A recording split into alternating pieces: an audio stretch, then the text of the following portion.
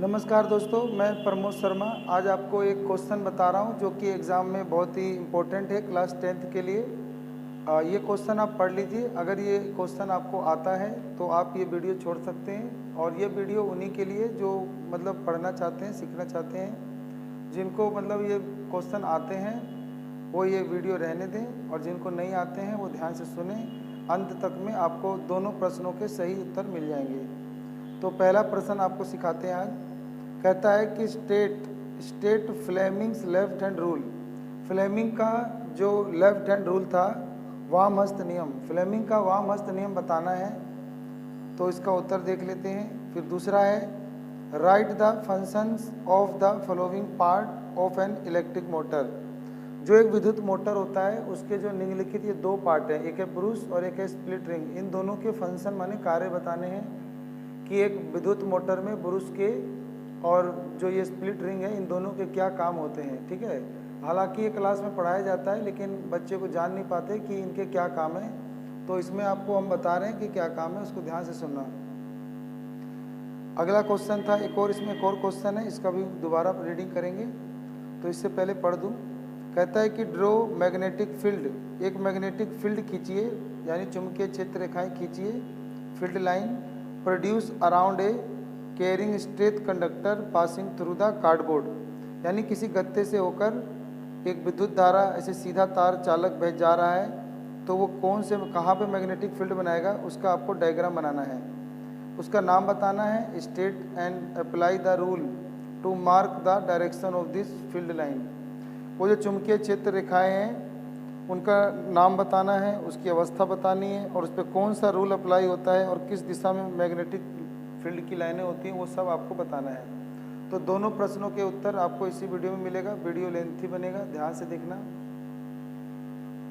तो पहला प्रश्न था आपका कि फ्लेमिंग का लेफ्ट हैंड रूल क्या है, और फिर पूछा था कि इनके फंक्शन बताने हैं, इलेक्ट्रिक मोटर में ब्रूश के और स्प्लिट रिंग के क्या फंक्शन है। तो उत्तर पढ़ेंगे आज।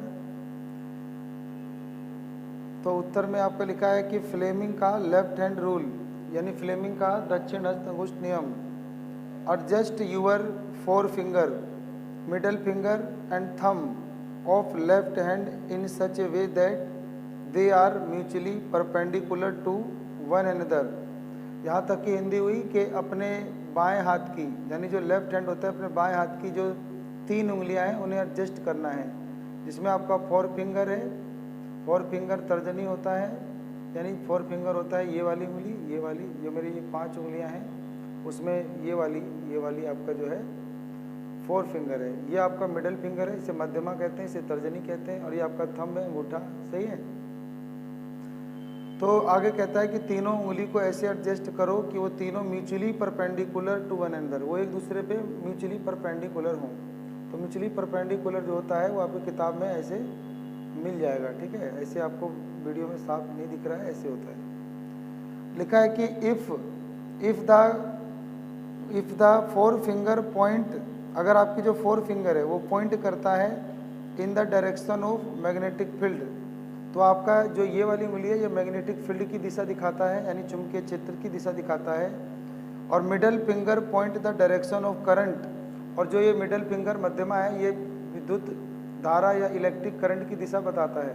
तो ये वाली उंगली करंट की दिशा बताता है, इलेक्ट्रिक करंट की, और ये बताता है मैग्नेटिक फील्ड। ये दोनों एक दूसरे पे बिल्कुल 90 हैं, परपेंडिकुलर हैं। तो देन माने तब, the thumb show the direction of force, तब आपका जो ये अंगूठा है ये आपका बताता है कि इन दोनों के परपेंडिकुलर लगने वाले बल की दिशा बताता है। ये जो बिल्कुल ऊपर की ओर है, ऐसे ऐसे ये ऊपर की ओर है। ठीक है, एकदम दोनों के परपेंडिकुलर।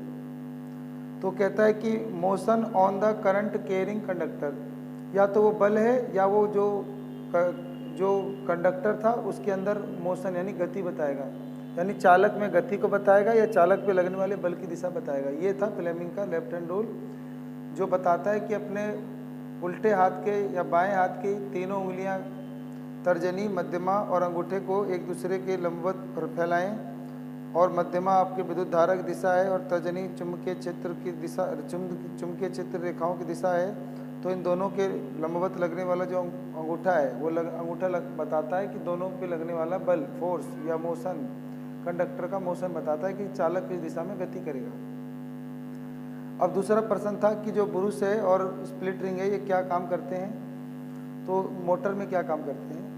आपको बता दें कि ये जो फ्लेमिंग का लेफ्ट हैंड रूल है इसी से एक मोटर काम करता है, मोटर इसी सिद्धांत पे काम करता है। अगला है फंक्शन ऑफ ब्रूश, यानी ब्रूश के क्या काम है। ब्रूश का काम है maintain contact between the coil and the external circuit, यानी जो बाहर ये आपका कोइल हो गया, ये आपका कोइल हो गया, ये अंदर जो ABCD था ना जो ऐसे घूमता था ABCD, वो कोइल हो गया। तो कुंडली के बीच में और जो बाहर वाला जो ये सर्किट था जिसके अंदर बैटरी, कुंजी, गैल्वेनोमीटर या वोल्टमीटर, अमीटर जो भी जोड़ते हैं, तो वो यानी बाहर का जो सर्किट है और जो अंदर का ये जो कोइल है, इन दोनों के बीच में संपर्क बनाने का काम करता है। तो क्या काम करता है कि maintain contact between the coil and the external circuit. तो जो बाहर का सर्किट है और जो कोइल यानी कुंडली है, उन दोनों के बीच में संपर्क स्थापित करता है ब्रूश। तो ब्रूश देख रहे हो, ये ब्रूश जो है इस बाहर की कुंडली को और इस कोइल को, ये दोनों को यहाँ पे जोड़ता है, ये इससे आके अटैच होता है इसी से, ठीक है। अगला है कि स्प्लिट रिंग क्या काम करता है। Function of split ring, split ring का क्या काम है, तो reverse the direction of current after each half rotation of the coil so that the coil can keep rotating continuously. इसका काम होता है कि जो करंट की जो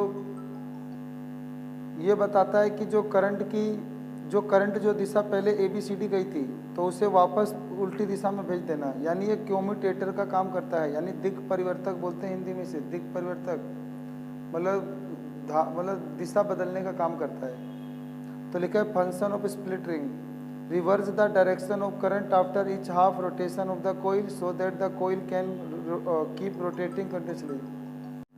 तो ये जो कुंडली मतलब ये जो मतलब विद्युत धारा की दिशा बदलने का काम करता है। तो यानी जो स्प्लिट रिंग होते हैं, ये जो बनाए हैं मैंने, ये क्या करते हैं कि जो विद्युत यानी करंट जो इस कुंडली में ABCD गया था, जिससे फोर्स लगने से ये आधा घूम गया था, तो दोबारा जब इस वाले स्प्लिट रिंग का संपर्क इस ब्रूश से और इस वाले स्प्लिट रिंग का संपर्क इस ब्रूश से होता है, तो इनके करंट की दिशा चेंज हो जाती है। तो करंट की दिशा बदलने का काम करता है, इसी को कम्यूटेटर बोलते हैं, सही है। अब हम दूसरा प्रश्न उठाते हैं। कहता है कि draw magnetic field line produce around a carrying straight conductor passing through cardboard, name state and apply the rule to mark the direction of this field line. The magnetic field line produce around a current carrying straight conductor passing through cardboard is shown below. तो जो एक सीधे तार में से यानी straight conductor, सीधे चालक में से जो चुंबकीय क्षेत्र रेखाएं कैसे उत्पन्न होती हैं उसके चित्र यहाँ पे कार्डबोर्ड में बना के दिखा रखा है। ये आपका बैटरी हो गया, ये की हो गया, ये हो गया आपका मीटर, ये आपका वेरिएबल रेजिस्टेंस जिसमें करंट को कम ज़्यादा कर सकते हैं। यहाँ पर हमने एक कार्डबोर्ड लगा दिया, यहाँ कंपास रख दिया। कंपास से भी आप पता कर सकते हो, और बाकी लोहे का चूरन होता है उसे फेंक के भी। कंपास की सुई रखने पे आपको मैग्नेटिक फील्ड की डायरेक्शन मिल जाती है। तो डायरेक्शन जो है आप पता कर सकते हो राइट हैंड थंब रूल से। ये मेरा सीधा हाथ है तो मैं अपने अंगूठे को खोलते हुए ऐसे उंगलियां बंद कर लूँगा, तो मेरा जो अंगूठा है ये बताएगा विद्युत धारा की दिशा यानी करंट की डायरेक्शन। तो मेरी जो उंगलियां हैं वो मैग्नेटिक फील्ड की डायरेक्शन बताएंगी, यानी जो बंद उंगलियां हैं वो विद्युत धारा चुंबकीय क्षेत्र की दिशा बताती है उंगलियां, और ये अंगूठा दिखाता है आपका कौन सा क्षेत्र, ये दिखाता है विद्युत धारा। तो अब नीचे देखोगे करंट प्लस से माइनस की ओर बह रहा है, तो करंट ऊपर से नीचे जा रहा है, तो मेरा अंगूठा ऐसे नीचे जा रहा है, तो मेरी उंगलियां किस ओर मुड़ रही हैं, तो मेरी उंगलियां इस ओर मुड़ रही हैं। तो यानी चुंबकीय क्षेत्र जो है वो इस दिशा में बनेगा, ऐसे ऐसे ऐसे बनेगा, ठीक है। तो इसी के बारे में अब लिख देंगे a right hand thumb rule is apply. इसके अंदर right hand thumb rule apply होता है to find the direction of this field line, यानी चुंबकीय क्षेत्र रेखाओं का पता करने के लिए राइट हैंड थंब रूल लागू होता है। इमेजिन माने कल्पना करो that you are holding a current carrying straight conductor in your right hand. मान लो आपने अपने दाएं हाथ में या राइट हैंड में एक चालक को पकड़े हुआ है, and such that the thumb point towards the direction in the current, और आपका जो अंगूठा है वो विद्युत धारा की दिशा की ओर है, and then your finger will wrap around the conductor in the direction of the field line of the magnetic field, और आपकी उंगलियां जो लिपटी हुई हैं वो चुंबकीय क्षेत्र की दिशा की ओर संकेत करती हैं। तो when we move away from the straight wire the deflecting of the needle decrease and which implies the strength of the magnetic field decreases. The reason is that the concentric circle representing the magnetic field around a circuit carrying straight wire become larger and longer as the distance increase। अब ये बता रहा है कि अगर हम दिक् सूचक की सुई को इसके जितना दूर ले जाएंगे तो इसकी सुई उतनी ज़्यादा सीधी हो जाएगी, यानी इसकी सुई नज़दीक लाने पे ही मुड़ती है, क्योंकि इसके पास तार के पास मैग्नेटिक फील्ड का फोर्स ज़्यादा होता है। जितना दूर ले जाएंगे तो मैग्नेटिक फोर्स कम हो जाएगा, इसीलिए सुई जो है वो सीधी हो जाएगी। बस यही आपको बताया गया है। मिलते हैं अगली वीडियो में, और अधिक जानकारी के लिए हमारे चैनल से जुड़ जाएं। आप सबका अपना कीमती समय देने के लिए बहुत बहुत धन्यवाद।